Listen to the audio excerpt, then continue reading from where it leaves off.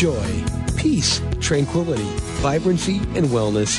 Isn't this what you want instead of constant stress? That's what host Rochelle Lawson is going to help you with on Blissful Living. There are many ways to reduce stress, some you may not even know about. Doesn't a little peace and tranquility sound like just what you've been looking for? Relax for a few minutes with Rochelle. She's the queen of feeling fabulous. Hi, and welcome to Blissful Living. This is the queen of feeling fabulous, Rochelle Marie Lawson, and we have a great show in store for you today. We have guest Peter Estevez with us, and we're going to be talking a little bit more about health and a health issue or a wellness issue that continues to kind of plague our society. I don't want to say kind of, it does plague our society, and it's not much spoken about in mainstream, although there are a lot of people suffering from this and a lot of people that have to deal with it. But today we're going to bring it here, as I always like to do, for all of you.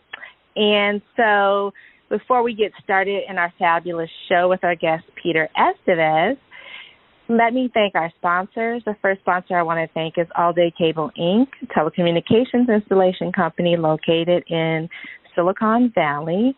If you have any needs for any voice, data, fiber optic, or wireless services, you definitely want to connect with All Day Cable, Inc. They've been in business for 30 years, and they would be happy to help you solve your network distribution issues, help your telecommunications be more effectively and work more efficiently, or help you design and build out a new telecommunications network distribution for your company, or help you with any ads, moves, or changes in that arena. And you can check them out at alldaykableInc.com. The other sponsor we want to thank for today's show is Blissful Living for You. And Blissful Living for You is a dream lifestyle company focused on wellness, wisdom, and wealth. The motto is that they help you to build and sustain wellness, wisdom, and wealth so that you can step into living the life of your dreams. If you have issues with sleep, if you want to lose weight, if you want to feel better, if you want to know more about detoxification, if you want a personal coach to help you through any health and wellness challenges that you may have, then you should connect with Blissful Living for You. If you want to improve your mindset or get on your game, so to speak, and get your mind right, Blissful Living for You has got a program for you as well. Or if you want to build and sustain that money that you make and keep more of it in your pocket, and that which is in your pocket, you want it to grow, then definitely you want to check out Blissful Living, the number 4 and the letter U.com. All righty. Now, I want to tell you a little bit about our guest today. Peter Estevez was born in Mexico City, and he migrated to the United States at the age of 10. Peter is an entrepreneur and a partner in several companies in the energy sector in his birth country. Now, as a person that struggled with alcoholism, Peter has been sober for 18 years, and as they like to say, he's in recovery because it's always an everyday journey. Now, Peter is a big advocate for recovery, as well as a writer and an author, and he has an upcoming book coming out called From Lies to Riches, 13 Steps to a Healthy Life in Recovery.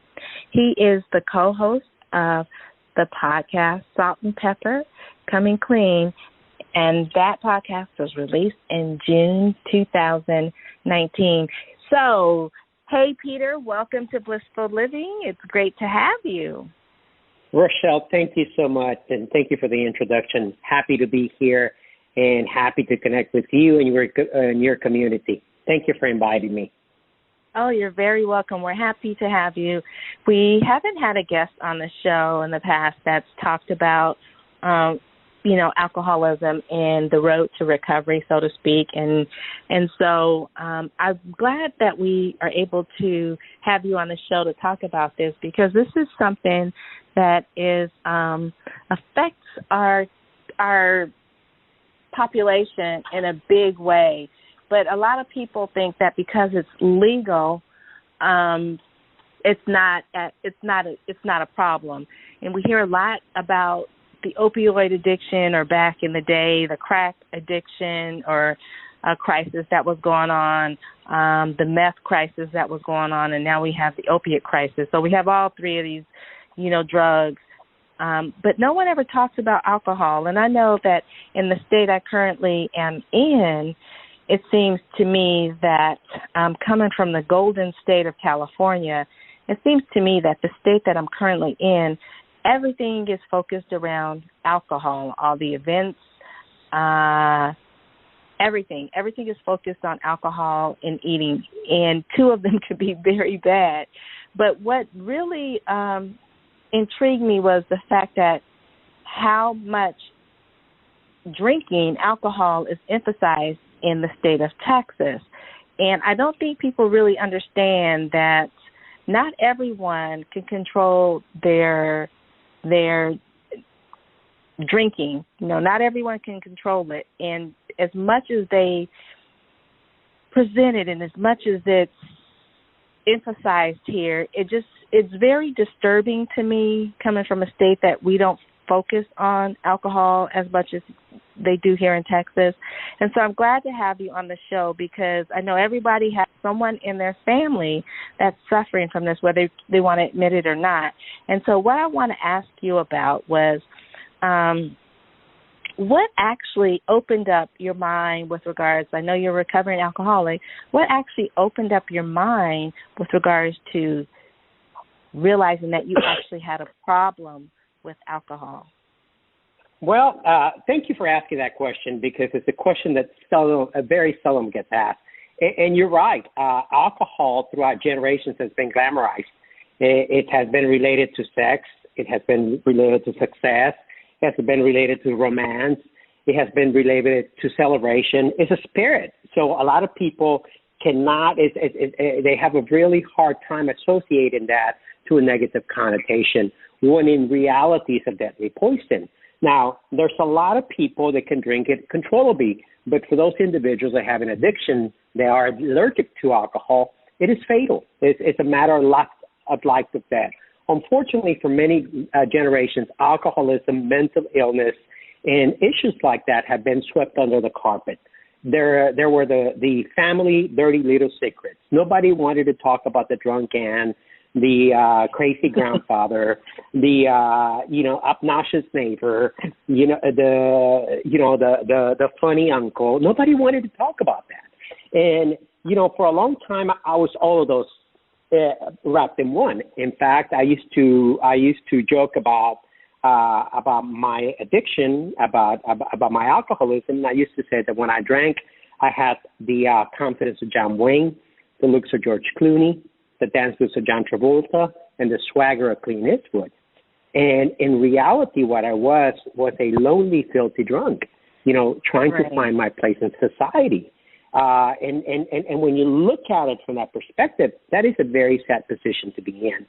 I did not know that I had a problem that had a solution.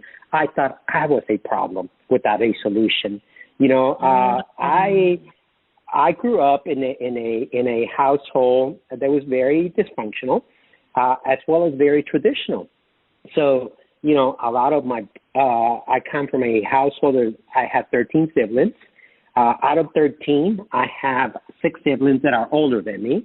I'm a middle child. And the age gap between us is quite large. In fact, my elder brother is almost 30 years older than me. So in order for us to be able to relate to one another, it was very difficult. But I did monkey see, monkey do. Everybody drank.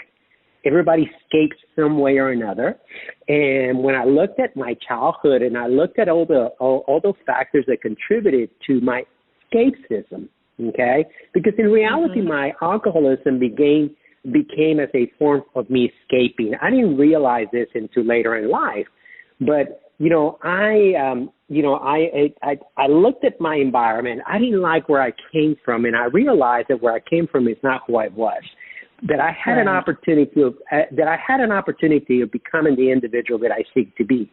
And as I went on through life, I went on, built a successful real estate career, built a multi-million-dollar company, got married, got divorced, got married, got divorced, failed businesses, lots of successes.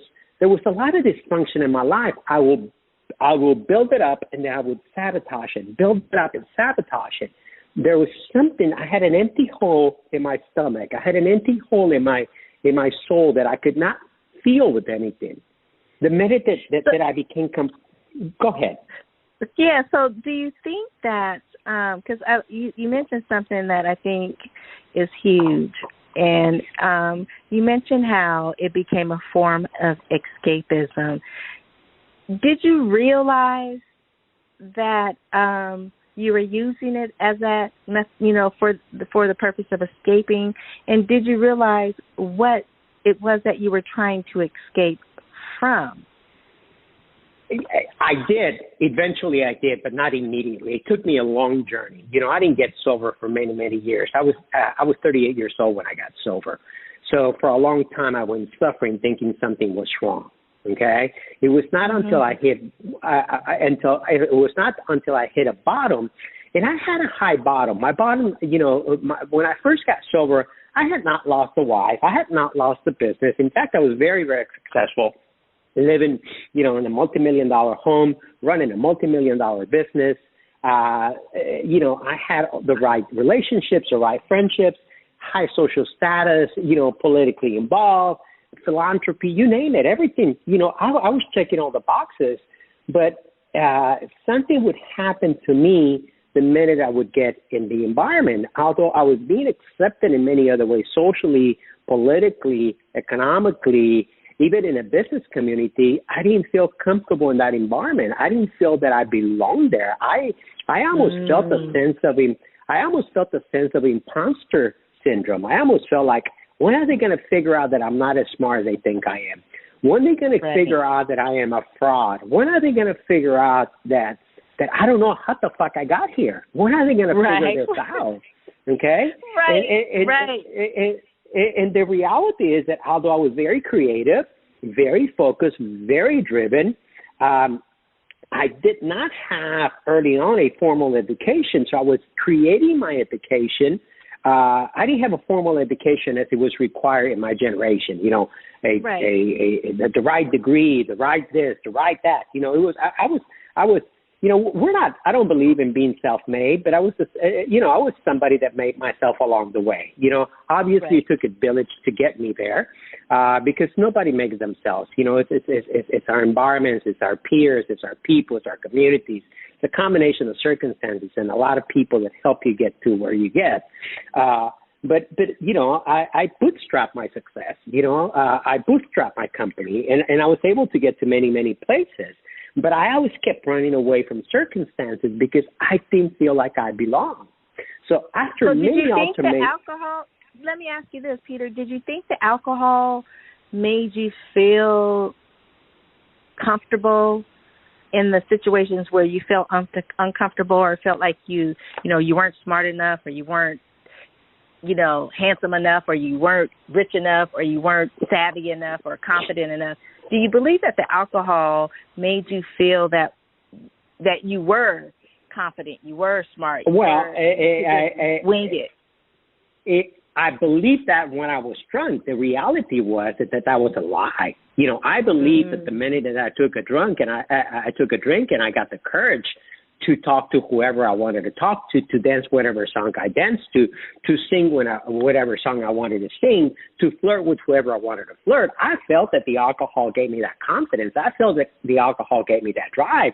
But the reality is that the alcohol, what it did was alter the way I felt temporarily and gave me a boost, gave me something that I could get on my own today. Okay? Get me something that I could get on my own today without needing a substance to alter my mind. But I didn't know that. I just, the minute I drank, I felt better about myself, and I felt like I could talk to people, and I didn't feel like an imposter anymore. I didn't feel like a fraud anymore. I didn't feel like I didn't fit in anymore. I became part of.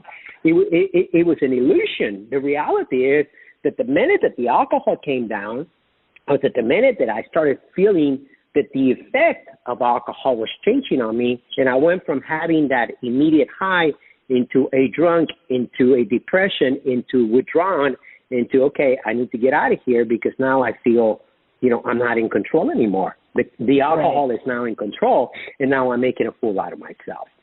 So it was it was a false reality that it only lasted a few minutes, but it took me a long time to learn what I was running away from. And yes, absolutely, I was running away from a lot of unresolved issues that had manifested as a result of my upbringing, that had manifested as a result of my childhood, that had manifested as a result of the things that I saw growing up as a child. I grew up in a very dysfunctional environment. So very young, as a young boy, I realized, which is step one in recovery, that I was powerless over my circumstances. I was powerless as a young kid over where I came from and what I was witnessing. As a result of that, which is the second part of the first step in recovery, as a result of that, my life was unmanageable. Okay?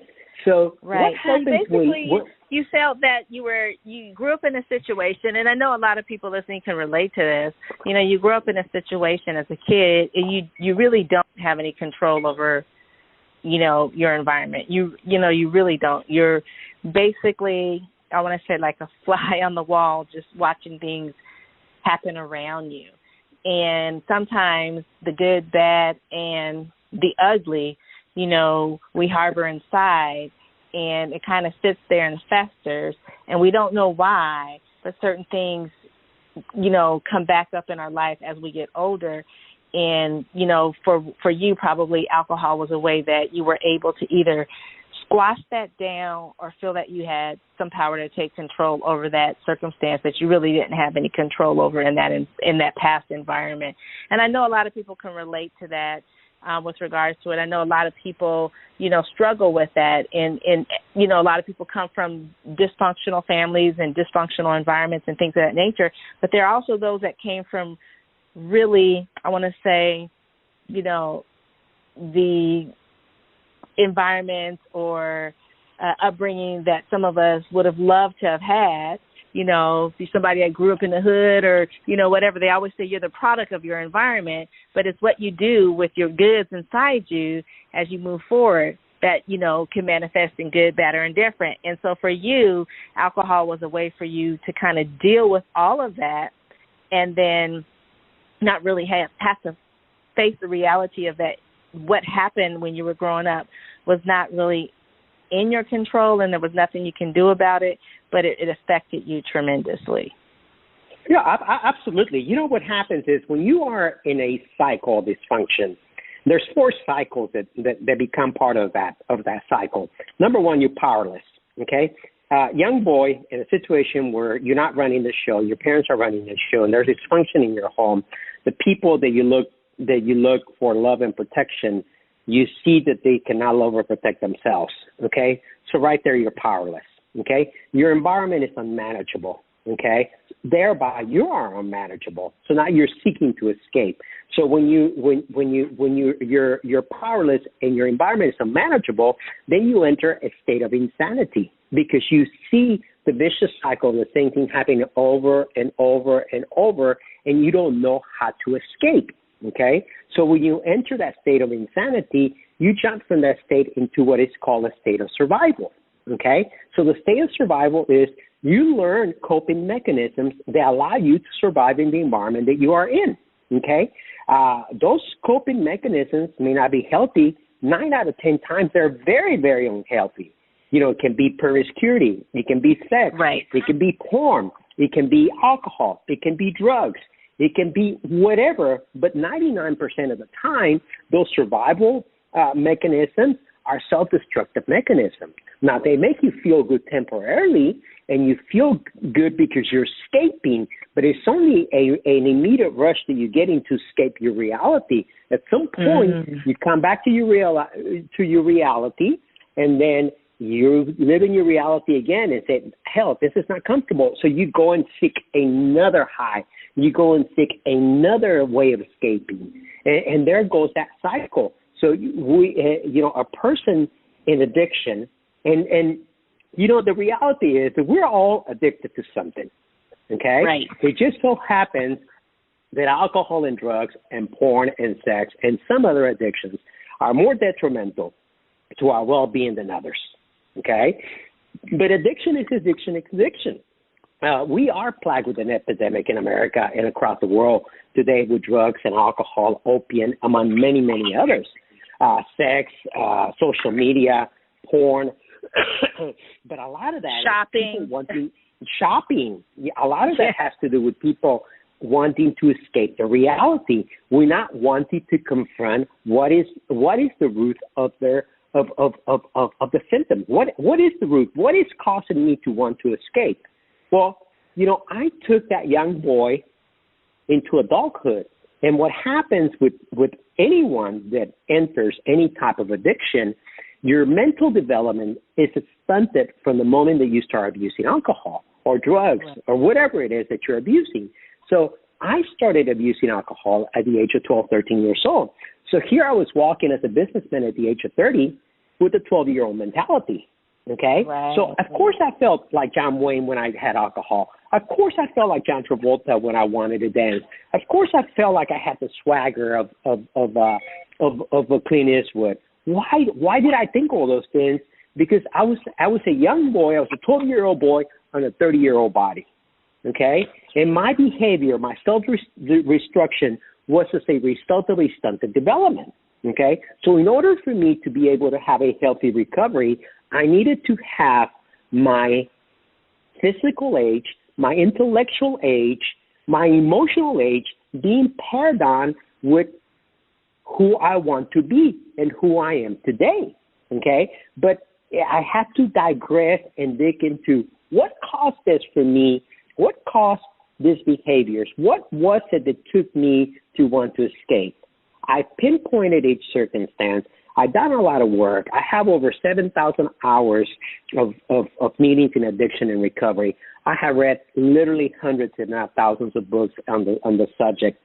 I've done a lot of scientific research, not only for my book, but for preparation for my podcast, for preparation for my public speaking, and for preparation to change my legacy. Because ultimately, what I wanted to do, I didn't want to put a Band-Aid on my addiction. I wanted to break the curse in my generation. I wanted to create a new legacy that broke every previous generational taboo and dysfunction that I had been carrying from generation. I adopted that from my parents. They adopted that from their parents. My grandparents adopted them from their parents, and so on and so on and so on. But somebody needs to break it. Somebody needs to break it. This is not any different than generational wealth. Generational wealth is generational wealth because somebody started it and then somebody carried it forward, and somebody put a system moving forward in order for that wealth to continue growing from generation to generation. If you take families, the 1%ers as we call them, everything that they do in order to be successful is very structured, okay? So I had to learn to structure my life as if I was a 1%er. And I had to develop the habits and the rituals that people in my family bloodline did not have. Prayer, meditation, transformation, education, emotional growth. I was not any longer focused on my IQ. I was more focused on my EQ. I was not any more focused on surviving. I was focusing on contributing. Okay, so everything within me had to shift in order to know that I can truly break my generational curses.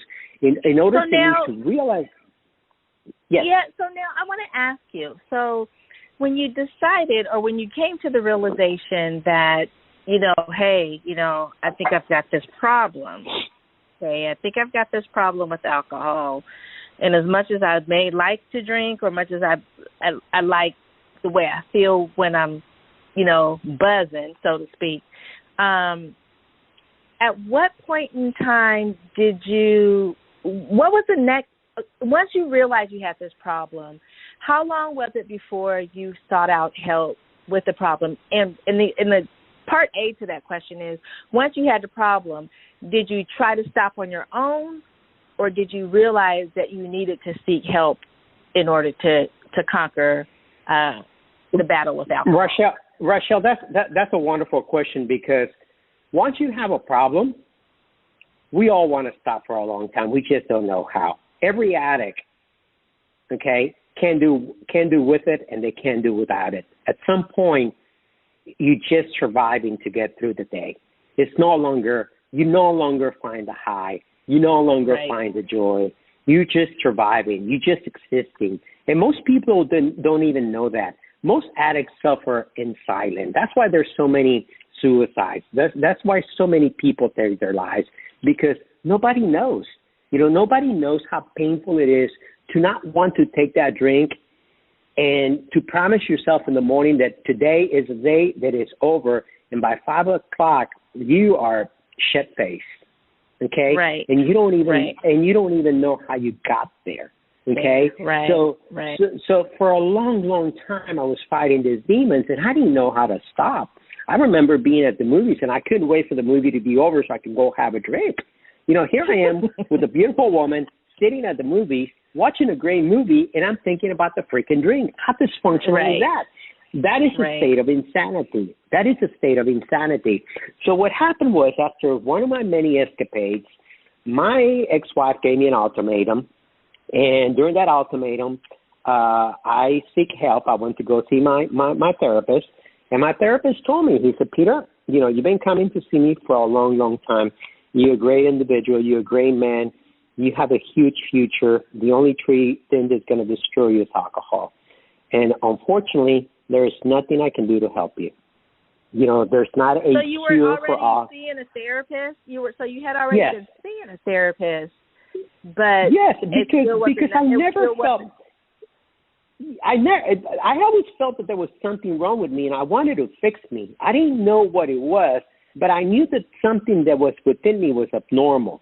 Okay? And I wanted to find, I wanted to address it. I really wanted to fix me. I didn't want to be broken. I wanted to be whole.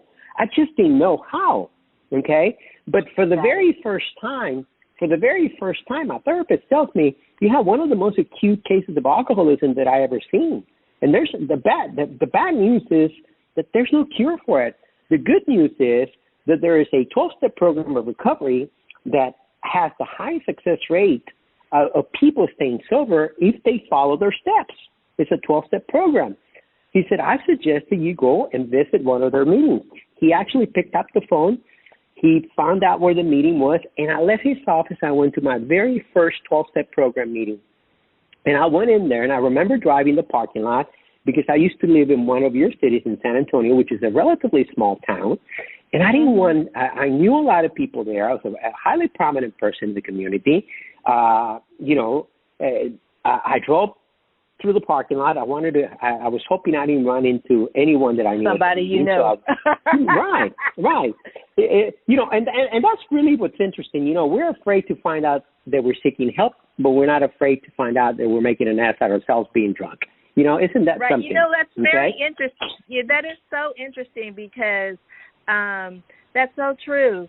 You have no problem going out and getting that drink and and letting these people see you be lit to the curb, so to speak. No problem. But to have someone see you going to get help, that kind of signifies that, oh, you know what? I saw Peter go on the 12-step.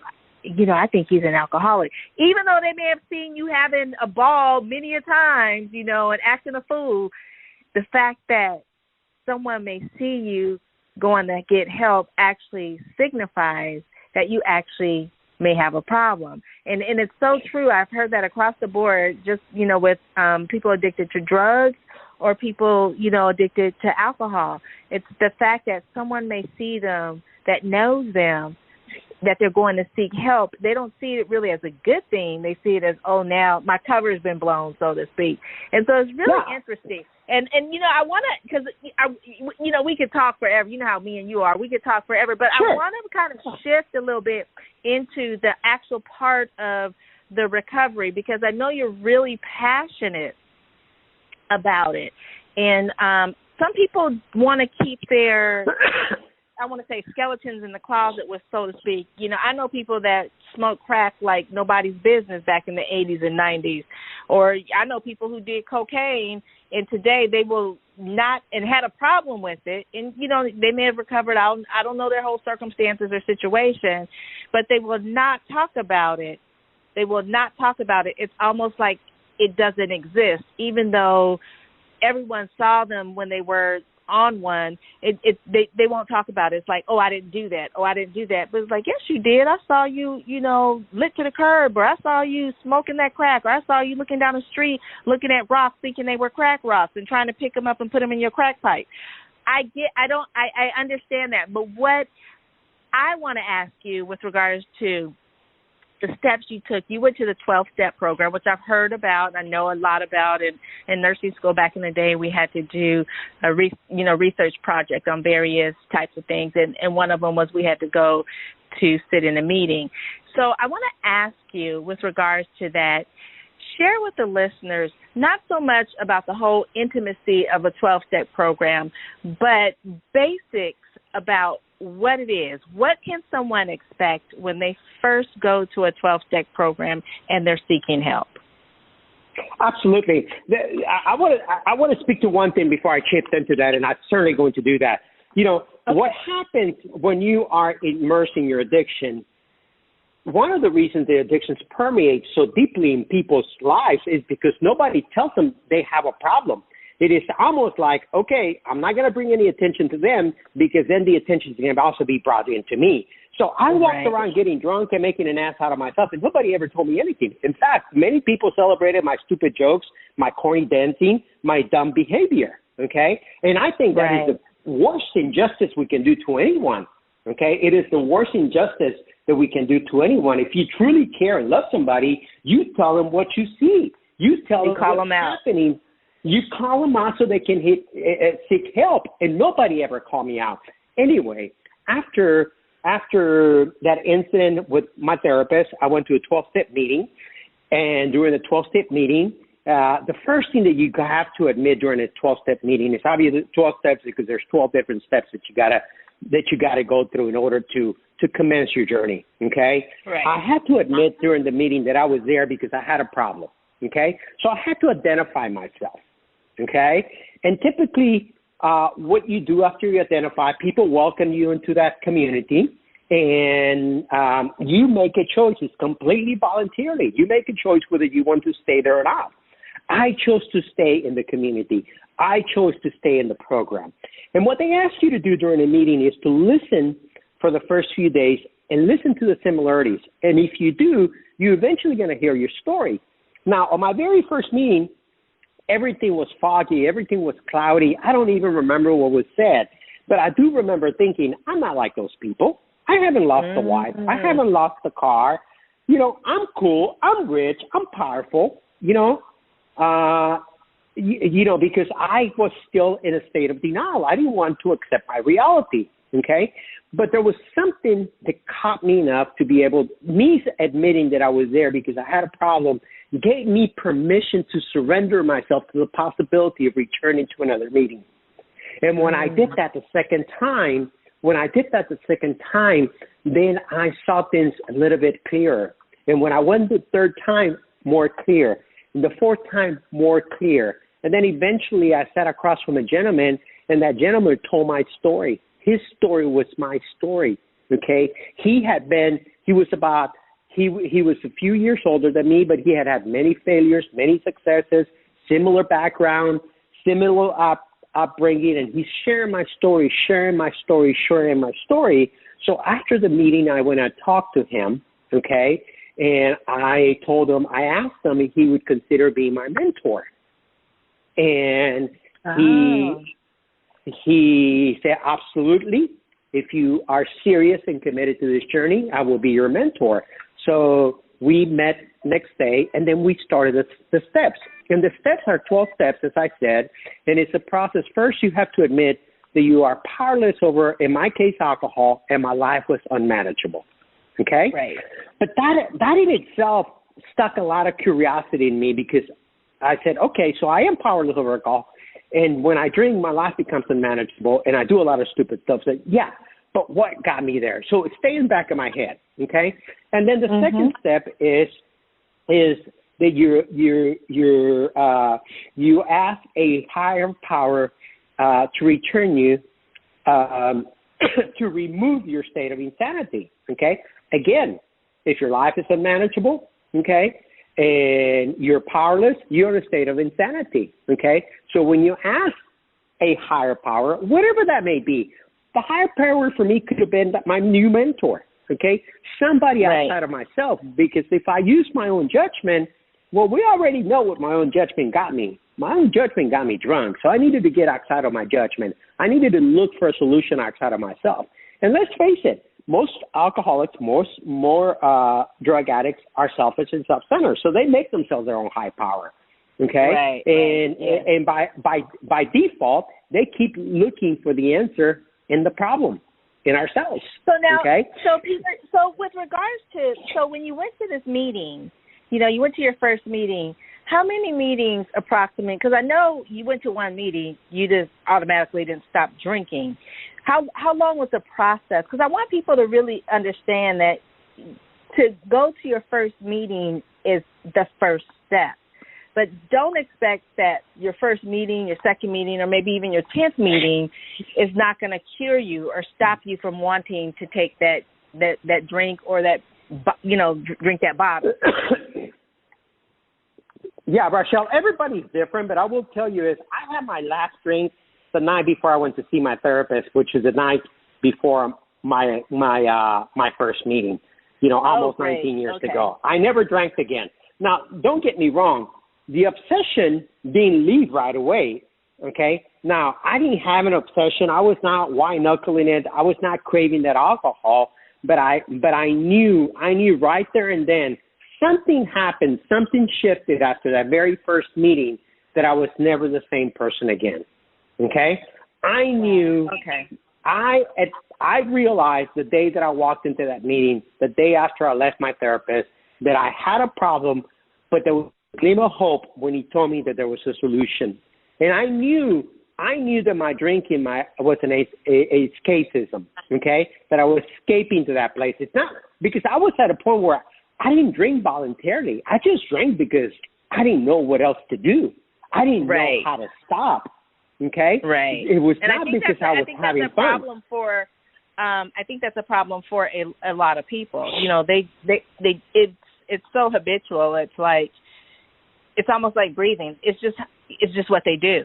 You know, it's just, you know, it's just what they do. So, they don't even realize sometimes that what they're doing is they actually do have control over. They just think it's just what I do. You know, it's just what I do. I mean, I know people who've quit drinking cold turkey, and I know people who've gone through the 12-step program, and I know people who've been in and out of rehab with, you know, with it and all of that.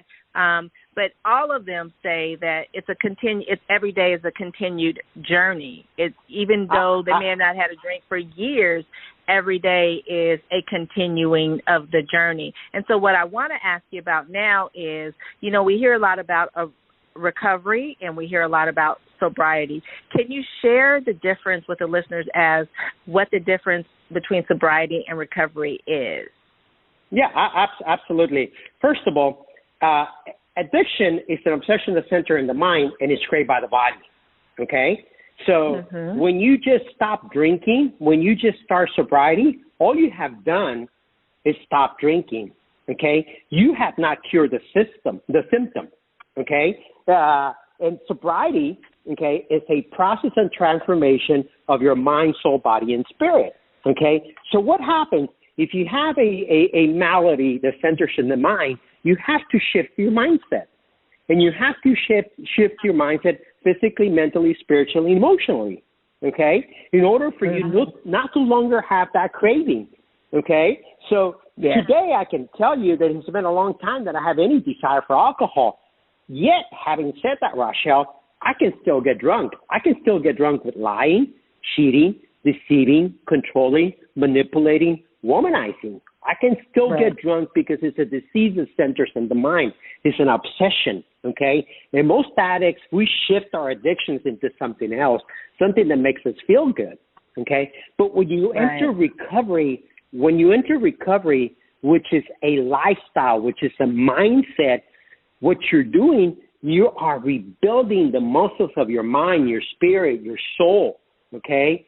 Your body. You're rebuilding everything about yourself to a point that you are completely transformed and people no longer recognize you, okay? I am not the same person that stopped drinking 19 years ago. People that hear me speak today say, what happened to Peter? Some think I'm crazy, others think, wow, I'm glad he's changed, okay? Right. Okay? Because now let me transformation. ask you this. Yes. Because I know, like, people, have different personalities, so to speak. And I had an uncle who was he went to Vietnam and, saw a lot of stuff, okay? It was a horrible war. And war is horrible. I don't, no matter where it is. But Vietnam seemed to really have a tremendous effect on our men because they were being drafted, at the age of 17. They couldn't vote, they couldn't buy alcohol, but they could go kill and they could go watch, mass killings go on. So he went through a lot of stuff. And he, his drink of choice was vodka. And he drank it and drank it and drank it. And he was lively and effervescent and, the life of the party and funny and very conversational. I mean, he wasn't so lit to the curb where he was obnoxious or anything like that, but he was just a very lively, fun person. I went off to college. When I went off to college, he stopped drinking. When I came back from college, he was my same uncle, but he wasn't this lively, effervescent. He didn't have that personality, so to speak. He was the same guy, had the same intellect, the same conversation, but there was just a piece that it was like his personality just was way toned down. And so a lot of people think, well, what happened to him? I liked him better when he was drinking because he just seemed to be so much more fun. And so for those that are listening, can you share with the listeners with regards to, I know people thought that about you as well. It's like, gosh, Peter was so much fun and, he was the life of the party, he was always a good time. And I know that you're still a good time, but it's just different. Can you share with the listeners that maybe experienced something like this in their world, so to speak, what they can do to kind of help that person along? Because I know sometimes people get shunned and instead of being receptive because they are different. They are a little bit different. Same person, same loving person, same body, same mind, same spirit, but they're just a little bit different. Can you share with the listeners how you dealt with that when people saw you after you became sober? Well, absolutely. First and foremost, it cost me my marriage. Okay, because my ex-wife and I, we're drinking buddies. Okay, we got married in Italy. We did the European wine country as our honeymoon. We were drunk for 20-something days during our honeymoon. Okay, well, our commonality was fun and drinking. Okay, we would crack stupid jokes among each other. Okay, and at some point she felt uncomfortable around me. Okay, she thought I was boring. The reality is that I was not boring. I had become comfortable with who I was, and I didn't need to be loud or obnoxious anymore. I was at peace with myself, and I had been centered. Okay, she continued her journey, and eventually she asked me for a divorce. Okay, but the reality is that she didn't ask me for a divorce because I was boring. She asked me for a divorce because I had not continued my process of recovery. I had stopped drinking, but I was not changing. I continued to manifest the same behaviors without the drinks and without the alcohol in my system. Right. Okay? Right. So, at some point, even as drunk as she was, she said, hell with this guy. He may not be drinking, but now he's boring and he's still doing the same shit. Screw him. Right. Okay? I'm out. So I'm out. So the reality is this. When you see somebody changing, when you see somebody retracting, let them be. Respect them, give them their space, and allow them to get to know themselves. Because the reality is that most of us, when we go from numbing ourselves to becoming our real self, we don't know who we are, and we need to readjust to our being. What is our being? We don't know. We have to reconstruct ourselves and find our new place in society. I didn't know who I was. I used to believe that I was a better businessman when I drank. I used to believe a lot of things, okay, that I was under the illusion because of alcohol. And the reality was that now I had a clear vision of who I was and a clear vision of the world, and I was beginning to see the world for what it was, not for what I perceived it to be. Okay? Right. So that's huge. Yeah, that's huge. When our eyes are open and our mind is clear and we are beginning to see from our own perspective, not from a numb perspective, the world looks completely different. So we are at awe. So that silence, that peace is because we are at odds with our possibilities. We are at odds with seeing the world with our different eyes. We are at odds with being of service. We are at odds with contributing, something that we never thought about, because before we just worry about surviving another day. We didn't know how to live. We were trying to die living. Okay? Now we have a brand new opportunity to live, and we are at odds. We're grateful. We're thankful, but we just don't know how to express it because we don't know how to behave now. This is a brand new world for us. So what and happens? That makes sense. That makes total sense.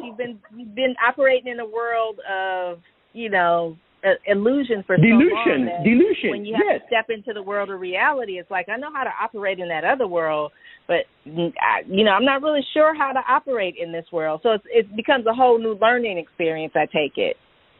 Absolutely, completely. You're a baby again. You're being retrained. Your mind is being retrained. Your body's being retrained. Your spirit is being retrained.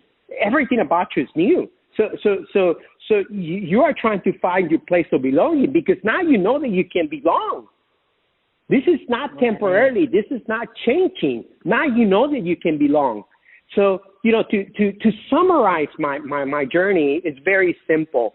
After 14 years of marriage, and I had been sober for almost 8 years.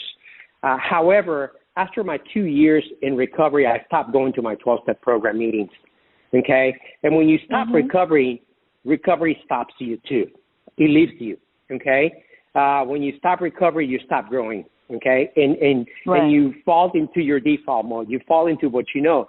And that's what I meant earlier when I said, I can still get drunk and lying, cheating, deceiving, controlling, manipulating, because I can go back to my default mode. Okay, how do I escape? Right. How do I feel good about myself again? Okay, because I'm uncomfortable. I'm uncomfortable because I'm not contributing. I'm uncomfortable because I'm not growing. I'm uncomfortable because I'm not evolving. So after 14 years of marriage, my wife asked me for a divorce. Okay, and I found myself as a single father raising a son, losing my mother, losing my father, losing multiple businesses in 2008, one of the worst recessions in America at the time. It just everything was lost. And it was the very first time when I saw my young boy going from a happy, healthy young boy to gaining over 50 pounds and telling me he wanted to kill himself. He wanted no longer to live because his mother and father had destroyed his life. Oh no! Right. When I heard that from my son, and I saw him, and I saw his physical body, and I saw who he was, I mirrored myself as my 8-year-old boy, as me as an 8-year-old boy, when I was powerless and my life was unmanageable. And what I realized right there, what I was doing, I was repeating the same cycle of behaviors, maybe manifested in a different way, that my parents did to me.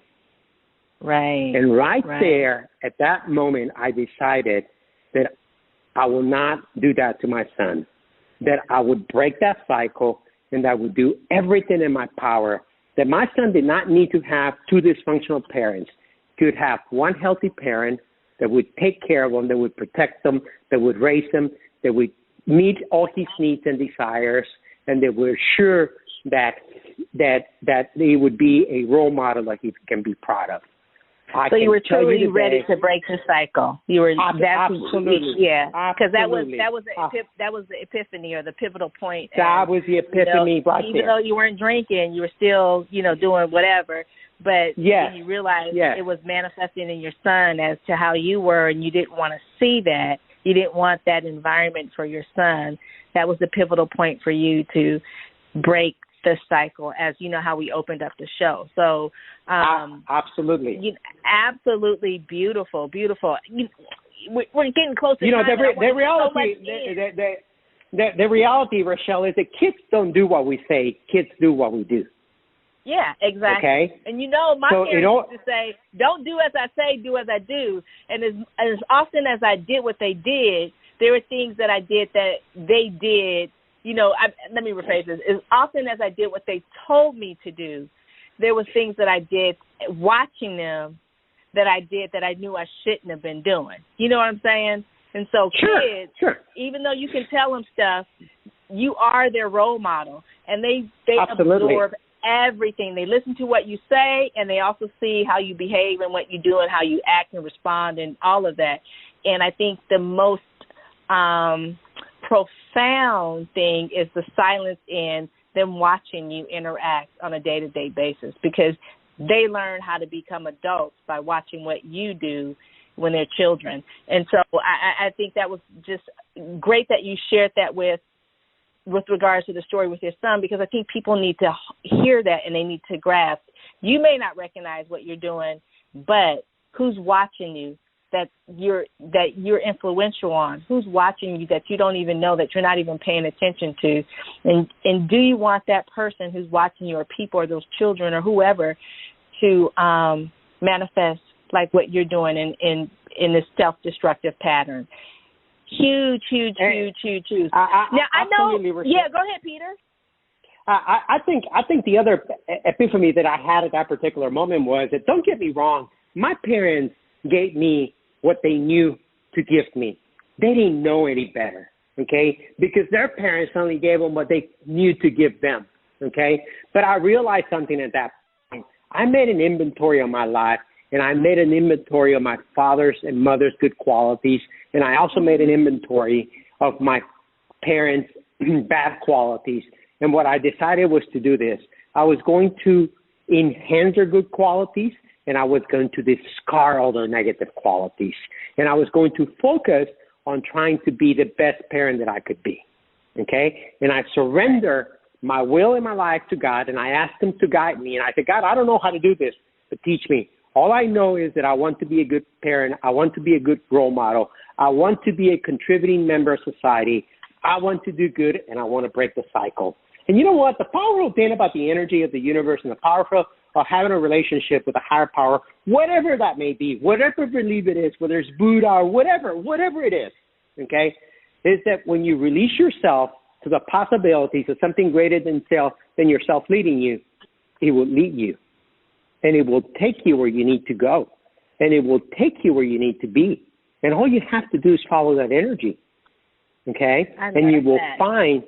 And you will find that the possibility is much greater than you ever imagined, that you don't need to continue seeking. You just need to stop and be present and watch and learn and listen. Okay? I love that. There's a saying that I say that, no matter what circumstances, it's like you can always imagine the possibilities. And you did that with regards to, living your life and getting things in order. You imagine the possibilities, and you're sharing that with everyone with regards to no matter what your higher power is, who you believe in or who you don't believe in, you still can imagine the possibilities. The possibilities are endless. And if you believe in yourself and you believe and you have strength, and if you don't have the strength, if you go out and seek help and have someone support you, like such as, the 12-step program and things of that nature, the possibilities become unlimited. They become limitless. And so I love how you're just, bringing that home for everybody to relate to and to grasp onto. But because we're getting so close on our time, I want you to share, because I mentioned that you've written a book, From Lies to riches. Absolutely. And so I want absolutely. you to share a little bit about the book. Tell us a little bit about the book. Yes. As you mentioned, the book is called From Lies to Riches, lies as to how we lie to ourselves. And I went for a long time lying to myself, thinking I wasn't good enough, thinking I was a problem, thinking that I needed to escape, thinking that I needed to get drunk. Riches is because I found riches in life today. I found riches in learning. I found riches in contributing. I found riches in being a better human being. I found riches in everything that I do today, in being open about recovery, in being passionate about recovery, in helping others. I find riches in that. So From Life to Riches, 13 steps to a healthy life in recovery. Okay? I love it. And who is the book for? Is it for, you don't necessarily have to be someone suffering from alcoholism or in recovery or sobriety. Is it for everyone or? The book is for everyone. You must remember something. One of the things that is very important about the 12 steps of recovery is that the 12 steps of recovery are based on values and principles to a healthy, productive life. You know, so, and I'm going to go back to step one very quickly. If you take the fact that step one is admit that you're powerless over alcohol, drugs, your finances, whatever it is, and as a result, your life has become unmanageable. So if you take that line and you apply it to whatever problem you have, you realize that there's a solution once you admit it, okay? And you realize that you identify the problem and you realize that problem is causing you problems. So you need to change it, okay? So when you take those 12 principles, those 12 steps, you realize that they can be applied to anything in life, okay? What I did with the 13 steps is I correlated to an event, an incident in my life where I was able to identify specifically to a time and date when each step applied in my life, and then how I use the step to transform myself, to change and to become who I am today and who I desire to be in the future. Okay? So that book is a self-help book for anybody. You don't have to be an alcoholic. You don't have to be a drug addict. You don't have to be in recovery. It is for someone that wants to transform themselves, somebody that wants to improve, somebody that wants to grow, somebody that wants to evolve. And then the 13th step is a chapter about what my daily life is about today. Okay, as I said a few minutes ago, I'm not the same individual I was 19 years ago. I'm a completely different individual. Okay, You know, I do things that no one in my family has ever done. You know, I read daily. Well, you know, we didn't have books at home. You know, that was, right. You know, we were, you know, I don't think I ever saw my mom or dad read anything. Okay. Right. So, you know, I read every day. I pray every day. I journal every day. I meditate every day. I exercise every other day. You know, I live a healthy, clean lifestyle. So I take in the 6 fundamentals, okay, of life, the 6 things, the 6 foundations of a well-being, which is mental, physical, emotional, and spiritual. And I added 2 more that we seldom talk about, financial and educational, okay? And those are key components to a well-being in every human being. You can take care of your body, you can take care of your brain, you can take care of your spirit, you can take care of yourself. But if you're still broke, you're still unbalanced, okay? If you're suffering financially, you're still unbalanced. If you're struggling paying your bills, you're still unbalanced, okay? Right. So it is a fundamental that needs to be addressed. And then educational. And what I mean by educational, you know, we used to focus on a degree. We used to focus on a traditional education.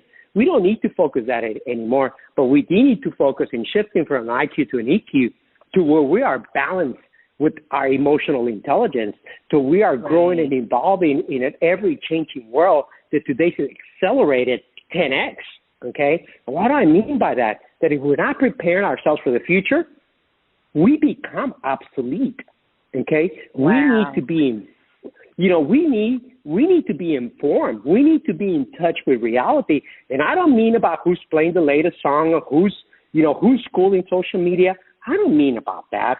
I mean knowing what's going on in the medical world, what's going on in society, what's impacting the world. How are you contributing socially? How are you being productive? How are you raising your children? How are you preparing for your legacy? Okay. Right. And when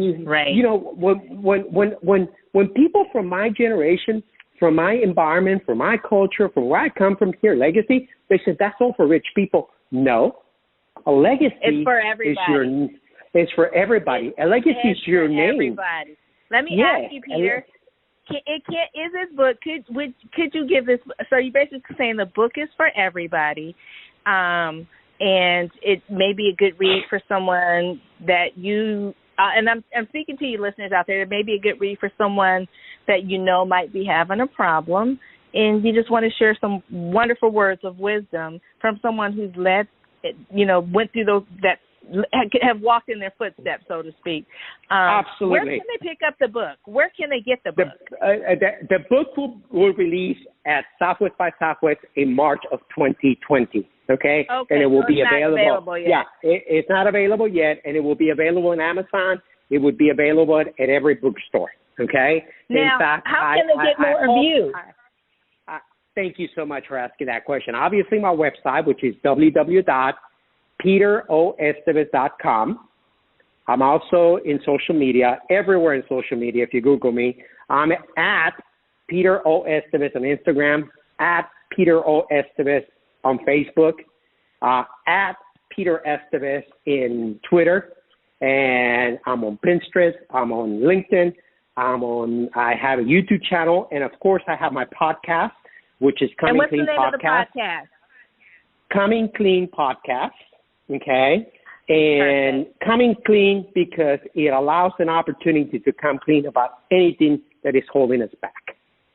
Okay? Perfect. There you have it, everyone. We have the phenomenal guest, Peter Estevez, who shared his words of wisdom, nuggets of gold, and so much value and information about his journey with alcoholism and what led him to recovery and sobriety. And, he's still alcohol-free to this day. And as I think you said, it's been 18 years, which is absolutely fabulous. And so if you guys are out there listening, you have anybody in your family that you can relate what we've talked about today, I invite you to stay tuned and keep your eyes open for Peter's book, From Lies to Riches, to be released March 2020. Wow, I never thought I would even be able to say 2020. I thought we'd be flying around like the Jetsons. But anyways, you have the opportunity. 4 months away. Right. We have the opportunity to share some wisdom with those you love and care about. Get the book, pick it up, go listen to his podcast, Coming Clean. Look him up on social media at Peter O. Estevez. He's all over the place. And he's a lively individual, as you can tell. He's fun. He doesn't. He's a straight shooter, is what I want to say. Good words for Texas, right? He's a straight shooter, and just full of wisdom and information and an abundance of love. As you hear him talking, you can hear his passion coming out about the subject we're talking about. But because we're at our time limit, I'm going to say thank you so much, Peter, for being a guest on Blissful Living. It was an absolute pleasure. The time goes so fast when we're talking about such wonderful things and giving such wonderful words of wisdom and nuggets of gold. So thank you so much, Peter, for being a guest on Blissful Living. Thank you, Rochelle. Thank you for... You're very welcome. You're very, very welcome. It's my pleasure. And I want to thank you, listeners, for tuning in. Without you, this show wouldn't be possible. And I want you to share this show with as many people as you possibly can, those you love and care about and those you don't. And those you know that may need some words of wisdom about the subject we're talking about, just drop a dime on them and say, hey, you need to check out this show. You don't need to tell them what it's about. You say, hey, you need to check out this show.